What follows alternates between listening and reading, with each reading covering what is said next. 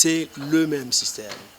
Et les gens doivent comprendre que ce système CNDD-FDD est un système à plusieurs facettes. Et cela un peu qui complique un peu,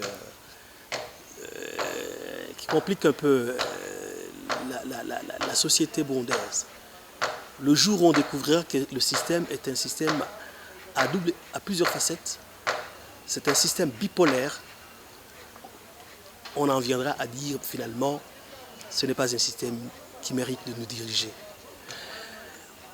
Nous sommes habitués à ce genre de choses, à ce genre de manigance. On vous dit, bon, demain, on va remplacer tel par tel, parce que lui, il vaut la peine.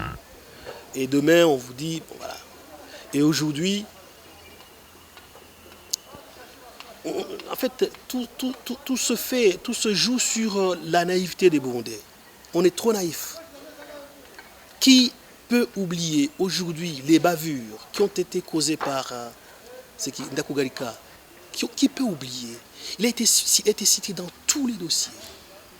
Il a été cité même dans les crimes les plus inimaginables. Et aujourd'hui passe Premier ministre et les gens commencent à croire. Lui, il a été même pire que Bunyoni, son prédécesseur. Il était pire. Bunyoni n'a pas aussi non plus rendu la vie facile à tout le peuple burundais. Alors, le remplacer par Ndaku Garika, ça veut dire prendre à la légère les aspirations profondes du peuple burundais. Le remplacer par Ndaku Garika est un grand mépris au peuple burundais. Je pense que s'ils veulent changer, ils doivent faire une chose des deux. Soit le président démissionne, il démissionne et organise des élections libres, met en place une commission électorale consensuelle, met en place un code électoral fiable et il se met à l'écart, définitivement à l'écart. Et le processus est supervisé par l'Organisation des Nations Unies. Ça, c'est une chose. Où il assume tous les crimes qui sont en train de se perpétrer au Burundi, il assume. Comme ça, on n'aura pas à faire une confusion, à rentrer dans des situations confuses, mais voilà. Donc, il n'y a pas à espérer de ce pouvoir. Ce pouvoir a tout fait sauf rien. Ce pouvoir a commis même l'impossible qu'aucun pouvoir n'avait jamais osé faire. Vous imaginez, maintenant, ça ne peut plus se compter sur les bouts de doigts le nombre des victimes tuées par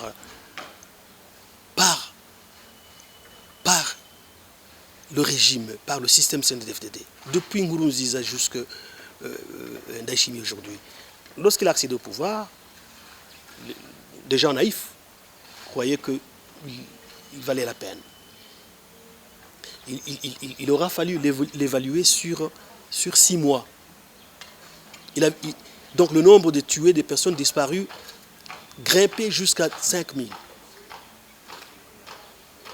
Donc lui, il fait plus que Nkurunziza.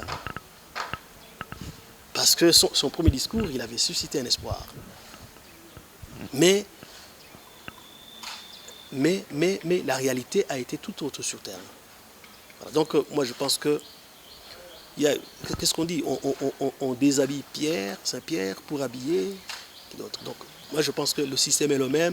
Les gens ne doivent pas être naïfs.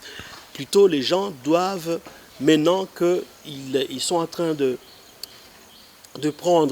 d'infantiliser le peuple burundais peut maintenant se ressaisir pour une offensive politique, n'est-ce pas, susceptible vraiment de mettre à plat ce pouvoir-là. Sinon, autrement dit, tant que nous allons rester bras croisés, tant que nous allons continuer à espérer de l'année meilleure avec ce pouvoir-là, je pense que nous verrons s'écouler des décennies nous verrons s'écouler des décennies sans aucun pas positif n'ait été réalisé dans le bon sens.